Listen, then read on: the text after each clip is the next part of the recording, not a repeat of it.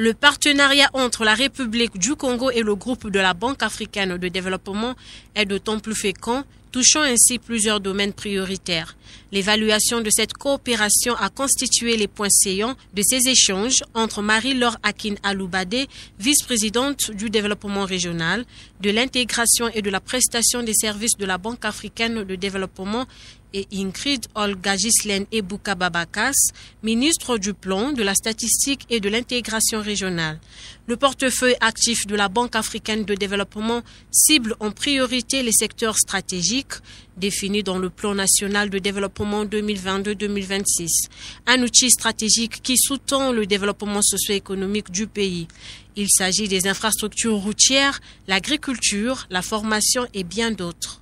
La coopération entre le groupe de la Banque africaine de développement et la République du Congo se porte très bien. C'est une coopération qui est multiforme, multidimensionnelle. Nous apportons un soutien à la mise en œuvre du plan national de développement. Nous intervenons notamment dans 4 grands domaines. Domaine du financement des infrastructures, essentiellement les infrastructures de transport. Donc nous sommes particulièrement heureux d'avoir accompagné la République du Congo dans le financement de grands corridors, notamment des corridors entre le Congo et le Cameroun. C'est la route Keta-Djoum qui est en voie d'achèvement total. C'est également le corridor entre le Congo et le Gabon ou le corridor entre le Congo et la République centrafricaine. Nous intervenons également dans le domaine de l'agriculture, le développement de chaînes de valeur, de la promotion de l'agro-industrie. Et là aussi, nous comptons soutenir le gouvernement dans son projet de sécurité et de souveraineté alimentaire dans le domaine de la formation professionnelle, notamment pour les jeunes. Pour le moment, nous mettons en œuvre un portefeuille qui représente à peu près 410-420 millions de dollars.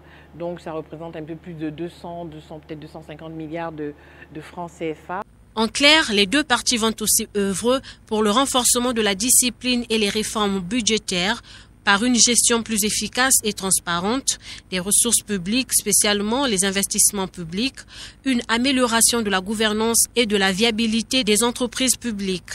La gouvernance, il s'agit vraiment d'accompagner le gouvernement dans la réforme très audacieuse, très courageuse qui sont en train d'être mises en place pour non seulement améliorer la mobilisation des ressources internes, mais aussi pour créer un environnement qui est favorable, attractif pour le secteur privé et également pour la gestion des ressources naturelles.